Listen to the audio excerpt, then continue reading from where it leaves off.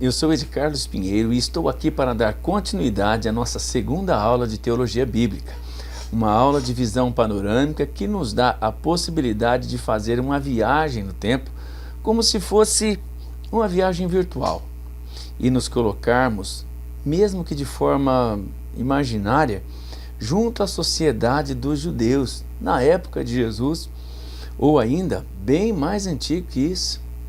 Então, se você realmente se interessa pelas coisas de Deus e quer conhecer mais desse ministério glorioso, pela história bíblica, vai ser muito abençoado com esse conhecimento. Peço a você que, se você gostar, se inscreva aqui no meu canal e ative o sininho para que possa ser avisado de todos os conteúdos semanais que eu vou estar gravando, que eu vou estar aqui, publicando aqui no YouTube. Nós estávamos vendo a última coisa sobre as casas, como que as casas eram no Egito, em Israel, entre o povo judeu na época de Cristo. Então hoje nós vamos ver agora sobre as barracas. Na época dos patriarcas era comum a vida em barracas. Por quê? Porque o povo era nômade. Eram acampamentos fáceis de montar e desmontar, pois eles constantemente viajavam de uma região para outra em busca de pastagens para o gado e para suas ovelhas.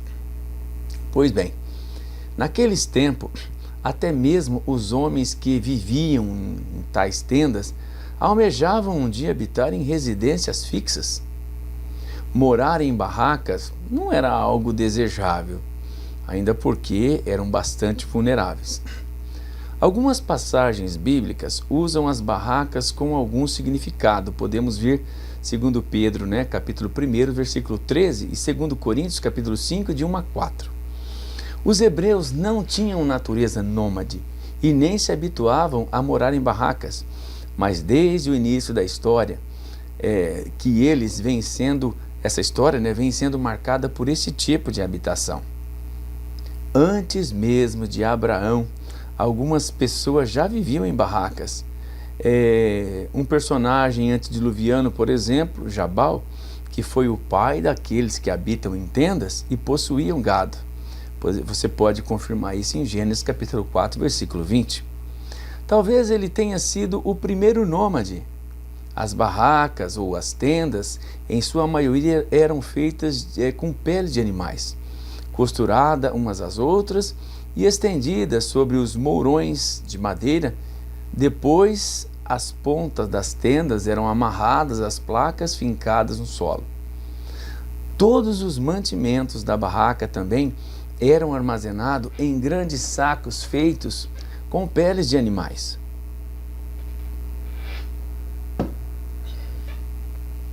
Utensílios de cozinha, lâmpadas, almofadas e etc.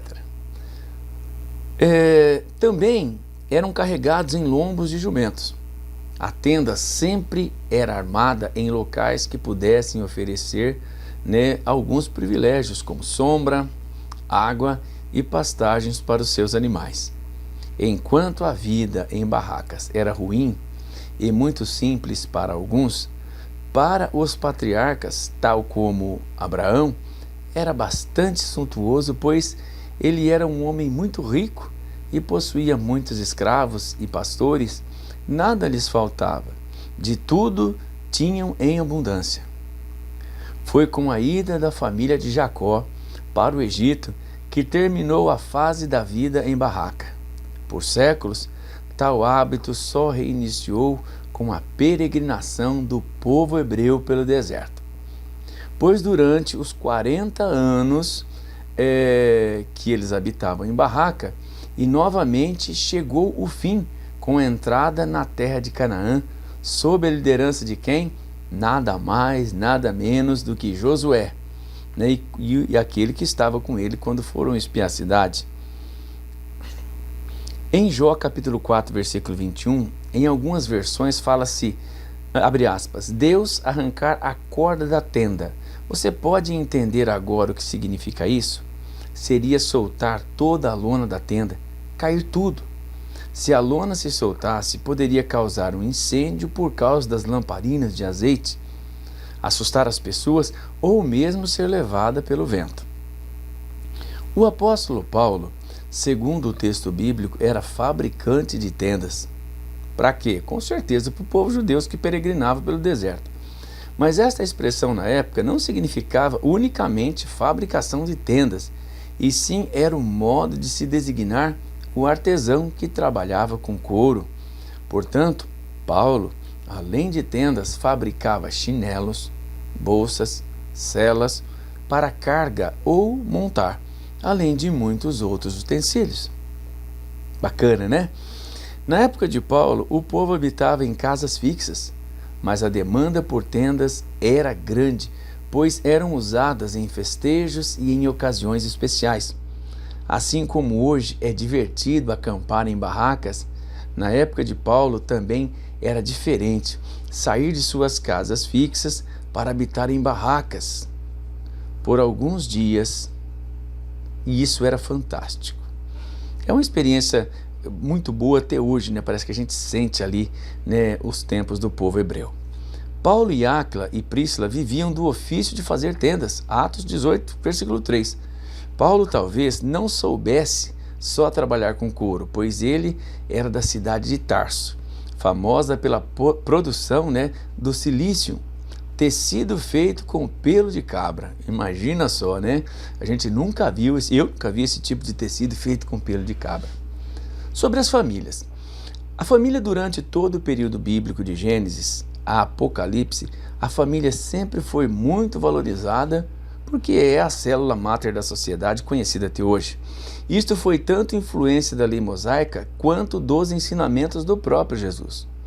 O cenário mais natural para o povo judeu era a família, constituída pelo pai, pela mãe e pelos filhos. O apóstolo Paulo, ao descrever o relacionamento carinhoso com os crentes, deveriam ter entre si, usou a imagem da família, como pode ser visto em Gálatas capítulo 6, versículo 10. Mas estas famílias também tinham seus problemas, assim como as atuais têm, né? A família não foi sempre, né, uma bênção. Todas as famílias têm problemas. Havia problemas de maus tratos, conflitos entre pai e filho e entre irmãos. Também havia o quê? Adultério, o maior mal de uma família. Filhos não concordavam com a opinião dos pais, mas apesar destes problemas corriqueiros e relativos ao ser humano, a família sempre foi a instituição mais importante da Bíblia. Nos tempos do Novo Testamento, a estrutura familiar já havia sofrido muitas alterações. Os pais tinham dificuldades em manter intactas suas tradições naquele tempo, né? A Palestina já havia sofrido diversas mudanças culturais por causa dos gregos, e agora com os romanos tinham recebido forte influência externas. Pais e filhos não concordavam sobre, por exemplo, cosméticos, práticas esportivas, vestimentas, práticas religiosas e outras coisas mais. Tinha uma sociedade modernista. E o que mais contribuiu para este modernismo foram os novos meios de comunicação, de transporte, que se tornou mais fácil viajar, e a correspondência, né, era remetida com mais facilidade e chegavam ao seu destinatário. E claro, né, com uma velocidade muito mais rápida. As tais estradas traziam viajantes de todas as partes. Cada um com suas ideias e seus costumes. Eram mercadores operários, filósofos e tantas outras profissões. Quando Jesus apareceu,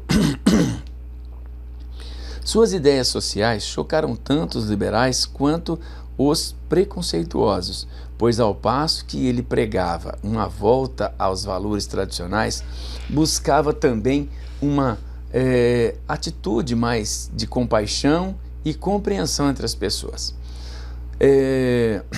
Sua receptividade para com as mulheres e para com as crianças deixavam as pessoas admiradas e muitas vezes escandalizadas.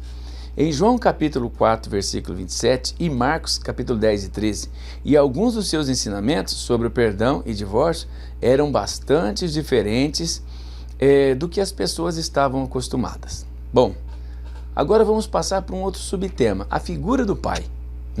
Na sociedade judaica, o pai geralmente era compassivo e amoroso, e não uma espécie de tirano diante do qual todos se curvavam. Na família hebraica havia conflitos normais no dia a dia, mas raramente havia conflitos graves, pois a autoridade do pai sempre prevalecia. Ele realmente exercia a autoridade suprema em relação ao seu lar. Poderia, por exemplo, divorciar-se da sua esposa sem sofrer com isto nenhuma consequência. Podemos ver em Deuteronômio, capítulo 24, versículo 1. O conceito judaico de pai achava-se fortemente associado à paternidade de Deus, pois isto o pai era visto como alguém justo e misericordioso. Jesus, quando se dirigia em oração a Deus, o chamava de Abba, que em hebraico significa papai, uma expressão usada por crianças. Paulo de Tarso afirma que a nossa adoção como filho nos dá o direito de poder chamar a Deus de papai. Romanos 8,15 e Gálatas 4, versículo 6. A maioria dos judeus amava muito seu pai, e a sua admiração por ele era profunda. Assim também tinham leal obediência à expressão mais usada para a morte.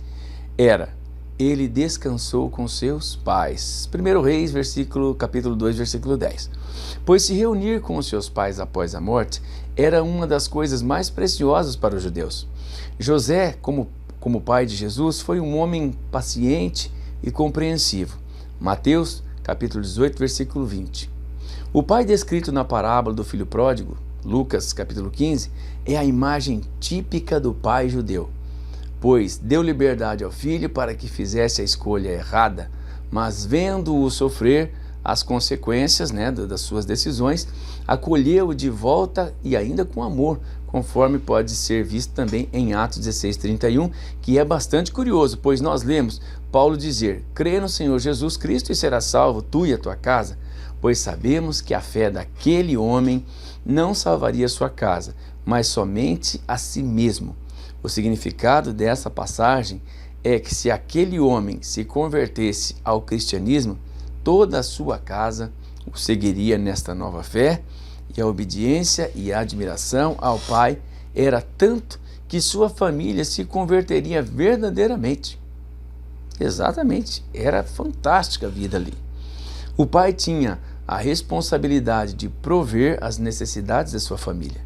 Se não quisesse sustentá-la, seria considerado o pior que um incrédulo, como pode ser visto em 1 Timóteo capítulo 5 e o versículo 8. A não ser que fosse fisicamente incapacitado, tinha também de providenciar a educação dos filhos e lhes ensinar o ofício nas famílias. Mais pobres, os próprios pais se incumbiam disso. O pai judaico era um homem de diálogo.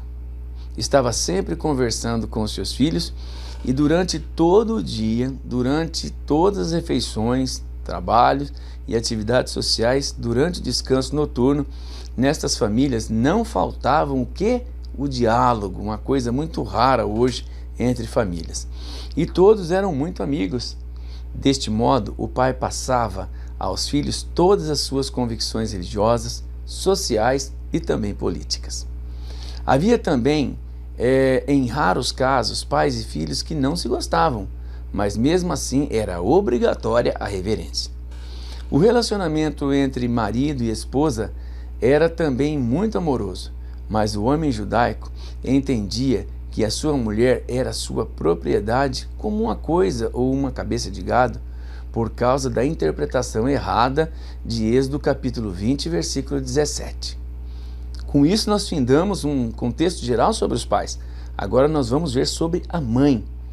A mulher hebreia, ela era treinada desde criança para ser dona de casa, aprendia com a mãe a função de lavar roupas, costurar, fazer deliciosos alimentos e sobremesas e ainda cuidar dos filhos. Durante séculos a mulher dependeu desses conhecimentos para o seu sucesso pessoal e além de fazer tudo o que está citado, né, naquilo que a gente já falou, na maioria das vezes trabalhava também nos campos para ajudar.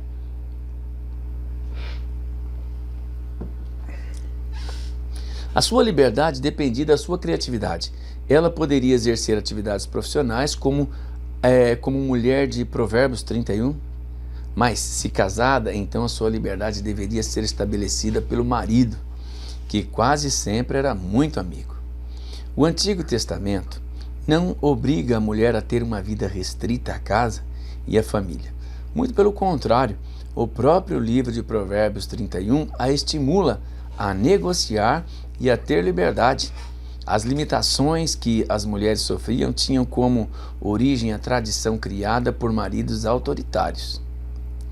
O Antigo Testamento somente dava realmente mais regalia ao homem, que poderia divorciar-se de sua mulher somente apresentando-lhe um termo de divórcio, por motivos banais, tal como não gostar mais da comida que ela faz, como é que diz a linguagem de hoje, a química não bate mais, conforme pode ser visto em Deuteronômio capítulo 24, versículo 1, enquanto a mulher não poderia fazer nada mesmo que fosse traída pelo marido.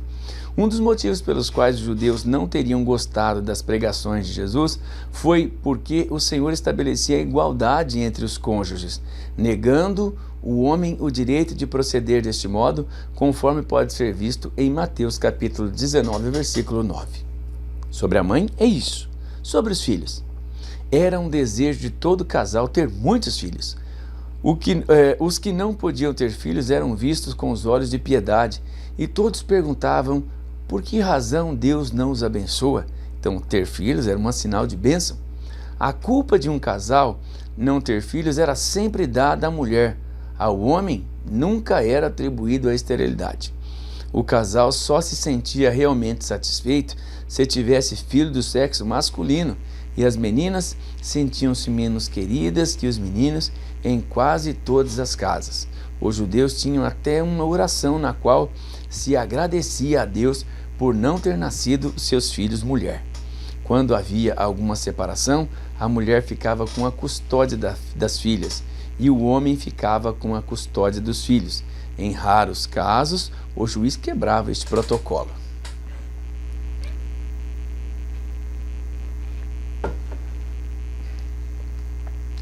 Cuidar bem dos filhos para o casal era modo de obedecer a Deus e demonstrar à sociedade a sua competência. A criança, menino ou menina, nos primeiros anos da vida ficava inteiramente sob os cuidados da mãe. Mas o menino, quando um pouquinho crescido, já começava a ser cuidado e instruído pelo pai, que já o ensinava um ofício e já o educava. Assim como a menina, continuando sob os cuidados da mãe, aprendia todas as coisas relativas às atividades femininas. Incrível, né? Então, é incrível a noção de educação que tinham os judeus na época dos tempos bíblicos, pois davam às crianças a possibilidade de crescerem de um modo muito sadio.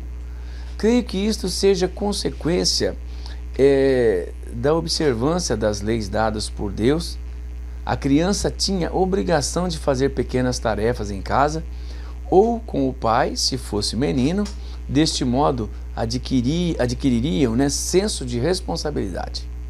As crianças tinham tempo para aprender nas sinagogas, de aprenderem com o pai ou com a mãe. A sua profissão tinham suas ocupações que nunca tomavam muito tempo, pois o tempo dado a elas para brincar também era importante. A proximidade com os pais é muito importante, pois estas crianças viviam numa sociedade pluralista e sofriam influências de outros povos e de outras culturas. Seus pais sabiam que, ao sentirem-se bem em seu meio, as crianças não optariam por um caminho diferente. As crianças judias brincavam muito e os brinquedos eram construídos pelos próprios pais.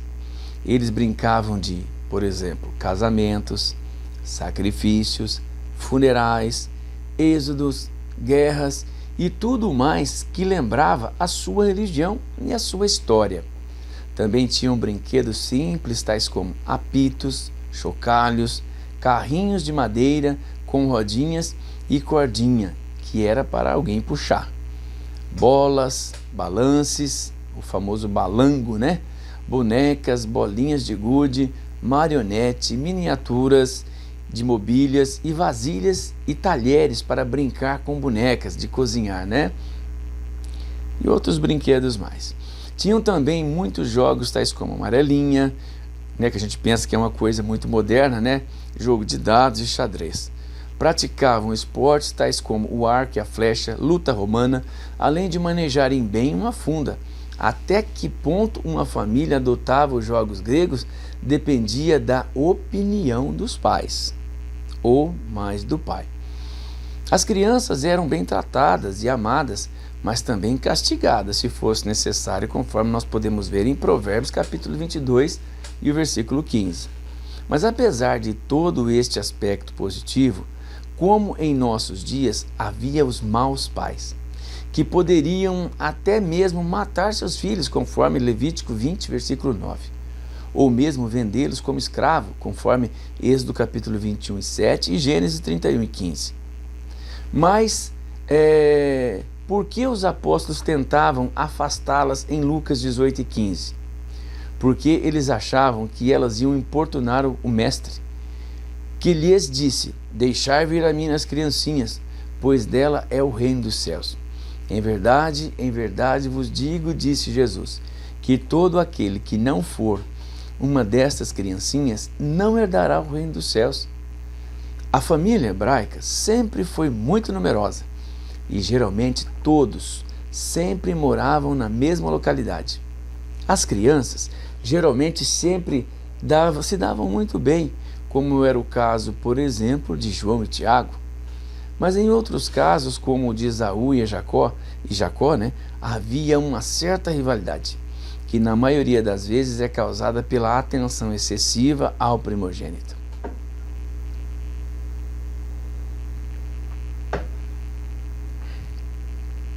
Os idosos, geralmente viúvos ou não, ainda procuravam prover o sustento para a sua própria casa. Mesmo depois dos filhos se casarem e morarem em outras casas com suas famílias, mas quando o idoso não tinha mais condições de trabalhar, então era obrigação dos filhos perante Deus e a sociedade arcar com o sustento dos pais do melhor que pudesse fazê-lo. Bem diferente de hoje, que nós vemos muitos pais nos asilos, não é? Tinha um outro detalhe sobre as viúvas, uma das causas, né, do começo da pregação do Evangelho. Geralmente, quando uma mulher ficava viúva, ela recebia uma herança do marido, que poderia ser rica ou pobre, mas se a viúva fosse muito idosa e não pudesse administrar os seus bens, o herdeiro, então, o primogênito, que também tinha por obrigação cuidar da sua mãe. O Antigo Testamento tinha advertências graves para quem tentasse se aproveitar de uma viúva. Você pode verificar isso lá em Ezequiel capítulo 22 e 7, também em Salmo 68 e o versículo 5, tá certo? Deus apresentava-se como protetor das viúvas. Se uma mulher jovem ficasse viúva, deveria se casar de novo, mas se ela não tivesse filhos, a lei obrigava o irmão do marido a casar-se com ela. Mas havia pessoas ruins que se aproveitavam delas, e justamente os que faziam isso eram os que se passavam por religiosos, né? Se escondiam atrás da religião. Os fariseus, de agirem deste modo, pois organizavam estruturas criminosas dentro da religião judaica com a finalidade de furtar as viúvas, conforme pode ser visto em Mateus capítulo 12, versículo 40. Agiam como age hoje o crime organizado. Eles apelavam para o Corban. Ao recusarem sustentar suas mães idosas, diziam que, como haviam se dedicado ao templo, o templo agora deveria sustentar seus pais, conforme a gente pode ver em Marcos capítulo 7, versículo 11. A rejeição a esta responsabilidade para os cristãos é uma atitude pagã, Tiago 1 e 27. As viúvas eram tão desamparadas que a igreja primitiva teve de assumir O sustento de muitas delas pode ser visto em Atos capítulo 6, versículo 1. Por isso o apóstolo Paulo, em diversas passagens de suas cartas, trata do assunto das viúvas, tal como em 1 Timóteo capítulo 5, versículo 11, né? Na igreja cristã primitiva, uma mulher só era considerada viúva se tivesse 60 anos ou mais. Em Gênesis 38:14, fala-se de uma veste típica de viuvez. Não sabemos se era costume, se estendeu até os tempos de Jesus. Não temos essa informação. O lar, né? A casa era sagrada para o judeu. Era o seu pequeno reino, mesmo que fosse pequena e simples. A santidade no lar era muito fácil de se manter, pois todas as vestes eram decentes e as pessoas eram dedicadas umas às outras e a sociedade não era liberal, pelo menos entre os judeus. Já os gregos tinham como comum a prática de esportes nu dentro dos estádios. Olha que absurdo! E as mulheres gregas e romanas eram as mais audaciosas, né? Então, a igreja primitiva nasceu dentro dos lares. As atividades iniciantes eram feitas dentro dos mesmos lares, conforme pode ser visto em Atos capítulo 2, versículo 46.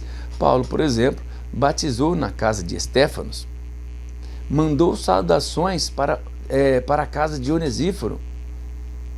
Os lares foram o início das congregações durante os primeiros séculos e até hoje continuam sendo. Por isso que eu gosto muito dos cultos nos lares. Certa vez, Jesus usou a figura do sono da casa, lá está escrito em Lucas 3:25, para falar sobre o reino dos céus.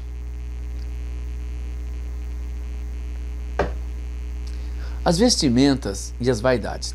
As vestes já no tempo do Antigo Testamento não eram sem graça, mas bonitas e bem elaboradas. Desde os tempos de Moisés até Jesus, o traje hebreu era uma túnica que melhorou de qualidade e aspecto sensivelmente, pois sempre foram muito bonitos. Havia muitos pigmentos de tecido. A túnica, inclusive, poderia ser toda pigmentada para receber decorações, feita com fios pigmentados também de outras cores, como bordados, ou mesmo já ser feita com fios pigmentados, formando as decorações que não poderiam retratar homem ou animal algum por causa do perigo da idolatria. Então, ela tinha que ser ali bonita, mas não podia ter outra imagem. Era importante que as vestes fossem confortáveis, pois as pessoas passavam o dia inteiro com aquela veste e ainda dormiam com aquela mesma túnica. Nos tempos de Jesus, com a influência grega e romana nos costumes judaicos, a túnica poderia ter sofrido também algum tipo de influência.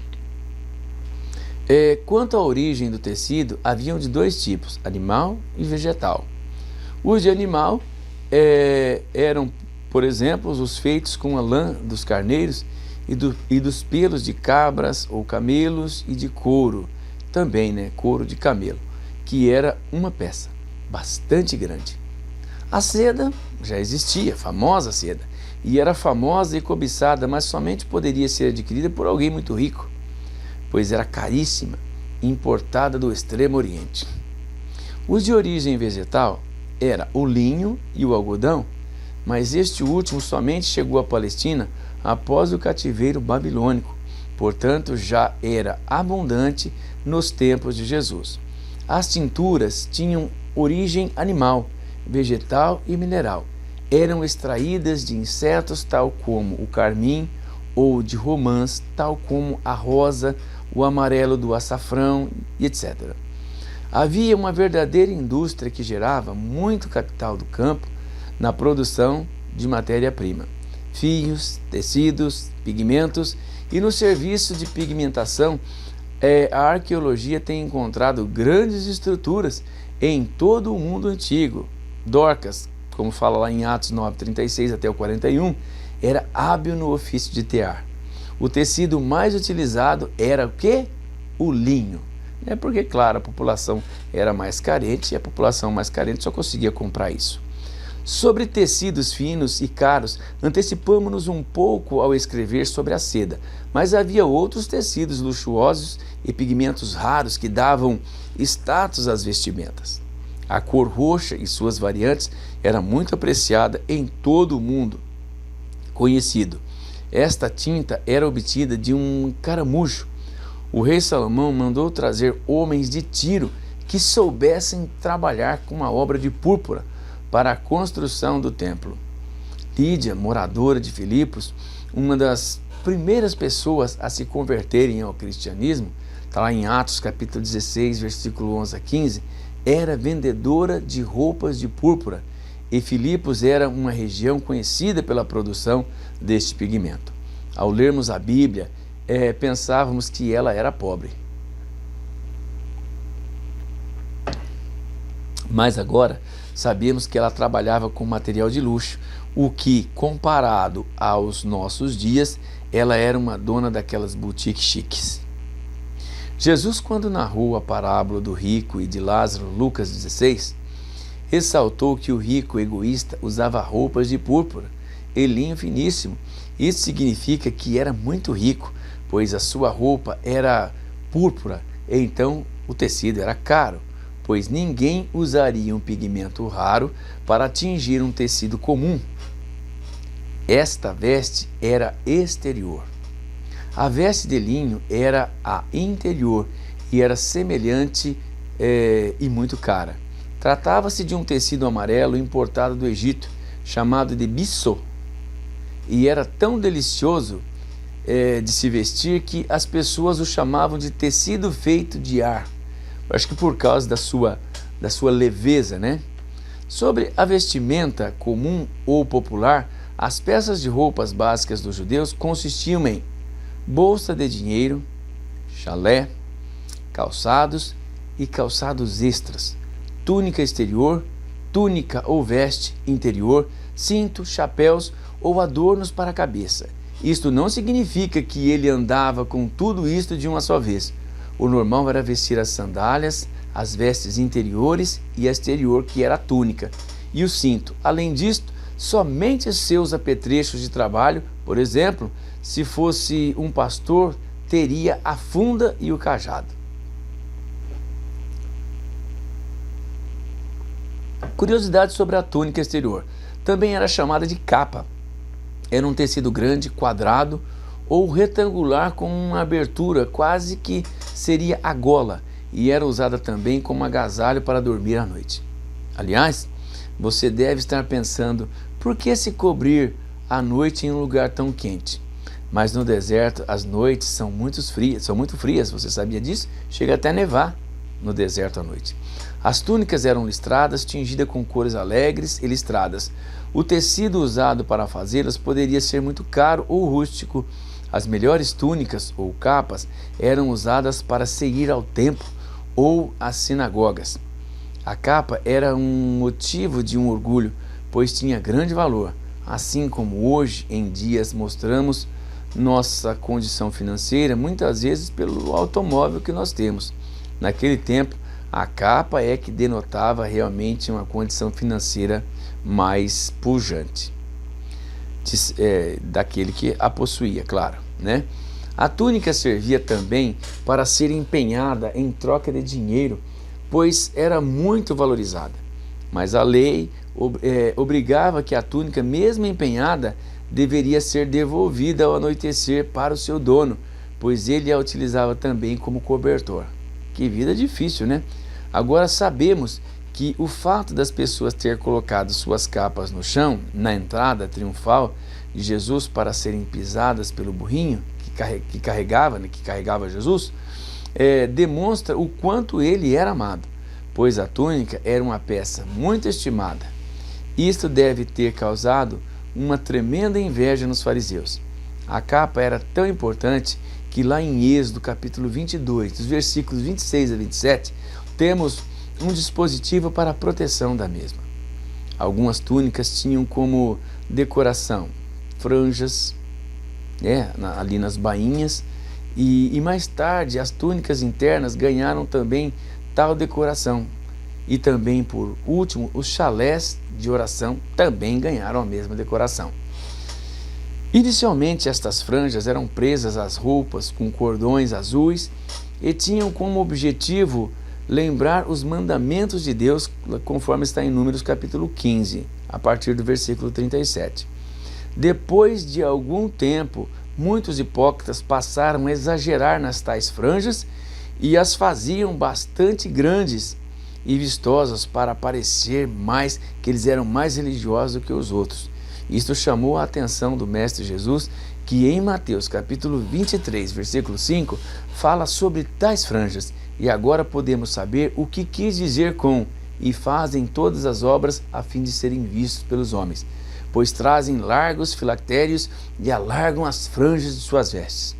Agora podemos compreender também que quando Jesus disse em Mateus 5,40 ou Lucas 6,29, que deveríamos dar a capa a alguém que a queira, isto é, semelhante a você, dar o seu melhor terno a alguém que o queira. O que ele quis dizer não é literal, mas sim que os seus direitos são menos importantes que a necessidade do seu próximo. Em Lucas 20,46, Jesus critica a vaidade dos fariseus a ostentarem as capas caríssimas. O manto colocado no Nosso Senhor era de cor púrpura e digno de um rei, e os soldados estavam certos. Ele era realmente um rei, mas o fizeram por zombaria. Capa que Jacó fez para o seu filho José era muito especial e poderia ser de um tipo até que tinha mangas compridas, que mostravam que o seu usuário era importante e não poderia fazer serviços corriqueiros. Capa de Golias, 1 Samuel 17,5, tinha os absurdos 55 quilos de peso. Aproximadamente, era coberta de centenas de escamas metálicas, o que era também comum como veste em campos de batalha. Agora, uma curiosidade sobre a túnica interior. A veste interior não diferia muito da exterior.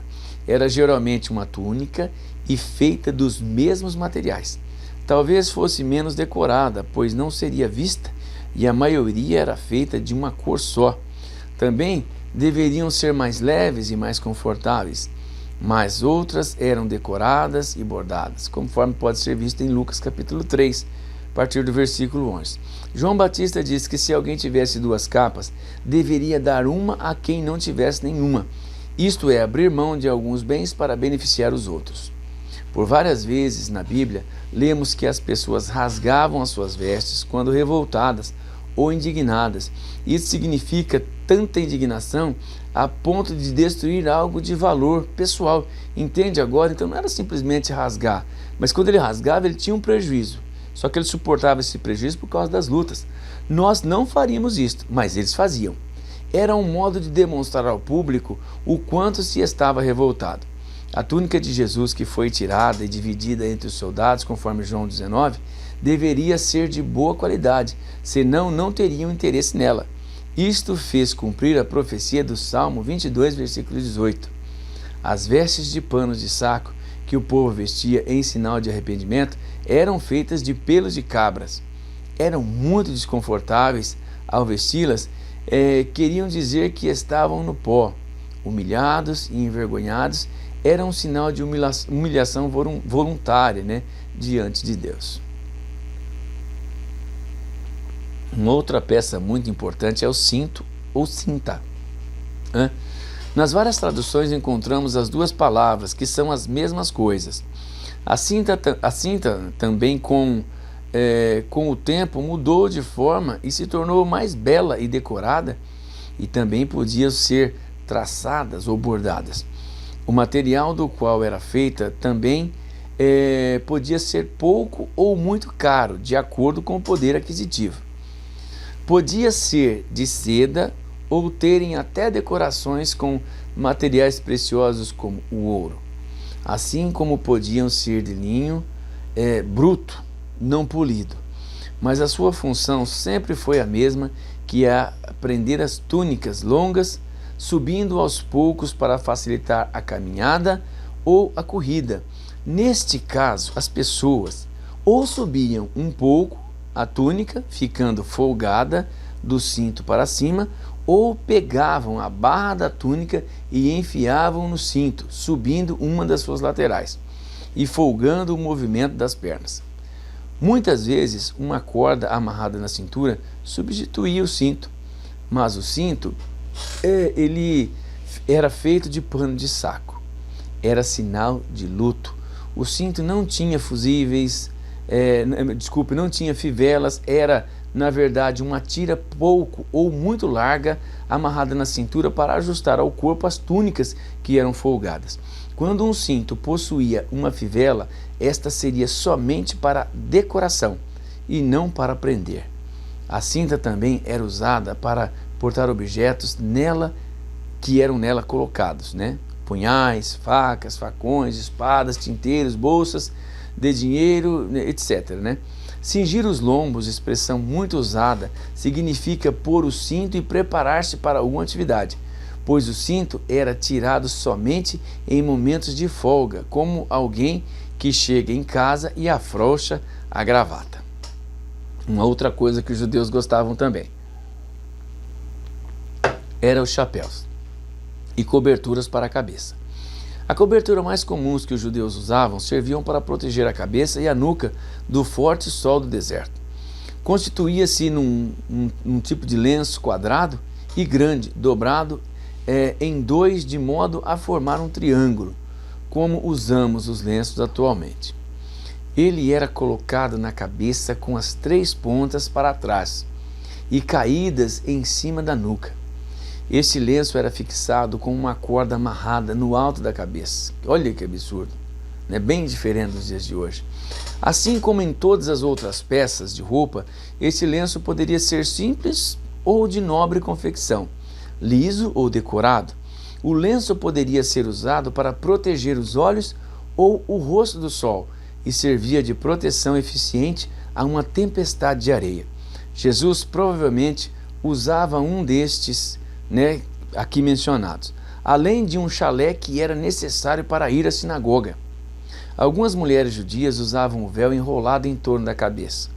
O turbante também era uma coisa bastante usada. Estamos falando então de todas as vestes que os judeus usavam, uma curiosidade muito interessante. Os calçados, existiam dois tipos de calçados, os sapatos e as sandálias. As sandálias eram bem simples e parecidas com os que temos hoje. A sola era feita com algum material resistente, tal como o couro, e tinham tiras que se amarravam aos pés e poderiam ser usadas com ou sem meias. Já os sapatos eram semelhantes às nossas botas de cano médio, e o couro dessas botas eram macios, senão acho que deveria secá-la para tudo quanto é lado, E geralmente de chacal ou de hiena, eram os materiais. Não é preciso mais dizer que também os calçados poderiam ser simples ou sofisticados. Não era permitido calçar um sapato no dia de sábado, pois o seu principal objetivo era as grandes caminhadas ou mesmo viagem, e por ser o sábado o dia de descanso, então era proibido o uso dessas botas. Nesses dias é que eles deveriam guardar com muita reverência. Algumas botas tinham o solado grosso e resistente. Nos tempos bíblicos, todas essas coisas eram artesanais, por isso eram muito valorizadas. Uma indústria não significava automatização, e sim muitos artesãos trabalhando junto. O profeta Amós fala que em seu tempo, o povo tinha se tornado tão corrupto que os juízes aceitavam até um par de sandálias como suborno em seus julgamentos. Hoje ainda acontece isso, só que não é sandália, Ao se entrar em algum lar, uma pessoa da casa sempre retirava as sandálias do visitante e lavava os seus pés. O costume de lavar os pés dos visitantes trazia grande conforto a quem tivesse feito grandes caminhadas e estivesse com os pés doloridos ou feridos, mas também era sinal de reverência. Quando o Senhor Jesus lavou os pés dos seus discípulos, ele fez o papel deste que deveria ser sempre o servo da casa, ou o menor de todos eles. Agora Um comentário sobre as vaidades da época, cremes de óleos e hidratantes. Israel é um país quente e seco e com pouco suprimento de água. Portanto, o perfume era geralmente usado no lugar do banho, após um dia de trabalho intenso e cansativo. A maioria das pessoas passavam desodorantes pelo corpo ao invés de tomar banho, mas também se perfumavam mesmo quando tomavam banho. O uso do perfume fazia parte dos costumes do povo israelita. Jesus, quando esteve entre nós naquela época, não fez nenhuma proibição quanto ao uso de perfume. Agora, nos dias de hoje, usar perfume sem tomar banho é difícil, Os cremes também eram bastante usados, e não só por mulheres, mas também por homens, para hidratar a pele. Por causa do clima seco e quente, a pele ficava geralmente ressecada, rachada. Para hidratar a pele, eles usavam cremes e óleos especiais. Tanto homens quanto mulheres os usavam em abundância. Eram bastante cuidadosos com relação à sua aparência. Então a gente vê que havia uma intensa também vaidade naquela época, Sobre o incenso. O incenso era largamente utilizado na época de Jesus Cristo para se perfumar o ambiente das casas judaicas. Muito eram os tipos de fragrância que existiam. Eles queimavam incenso dentro de casa para afastar os insetos, e perfumes para, claro, deodorizar o ambiente. Alguns homens e mulheres, antes de saírem de casa, sentavam-se ao lado dos incensários para perfumarem-se com a sua fumaça. Mas antes, passavam óleo na pele para absorverem melhor o perfume. Assim, a pele e os cabelos e as roupas ficavam impregnados com o aroma daquela época, que tinha muitos gostos. Algumas pessoas usavam sachês debaixo da roupa para se perfumarem, e esse sachê, na maioria das vezes, era feito com o material do incenso. O incenso e a mirra eram tão preciosos que as pessoas os consideravam como ofertas dignas de serem dadas a Deus. O incenso entrava na composição dos perfumes, conforme pode ser visto lá em Êxodo capítulo 30 e versículo 34 até o 38. Também era usado na oferta de manjares, Levítico 2, 15 a 16. O incenso e a mirra também são citados em várias passagens românticas do livro de Cantares de Salomão. E ainda, continuando nós aqui a falar sobre os perfumes, assim como os perfumes eram usados para adorar a Deus, também eram usados em situações indignas, como podemos ver em Provérbios 7,17, onde a prostituta perfuma sua cama com a mirra, aloés e cinamomo. O corpo de Jesus Cristo foi perfumado com mirra e aloés. João 19,39. Na cidade de Betânia, Maria derrama sobre a cabeça de Jesus um frasco cheio de bálsamo de nardo puro, um dos perfumes mais caros da época, fabricado a partir de uma flor rosada, cultivada ali no norte da Índia, país que faz parte também daquela região. Ela pegou um pequeno frasco cheio deste bálsamo, quebrou o gargalo dele e derramou sobre Jesus. Ao ver isso, Judas ficou transtornado, pois o valor daquele frasco equivalia a um ano de trabalho para um trabalhador comum. O aloés também era perfume extraído de flores, produzidos a partir de uma planta da família do lírio, não era do lírio, mas da família do lírio, e normalmente misturado com a mirra. Uma das formas usadas para se extrair o perfume era mergulhar as flores em uma gordura quente. A produção dos perfumes e óleos e cremes eram em larga escala, visto que eram muito consumidos.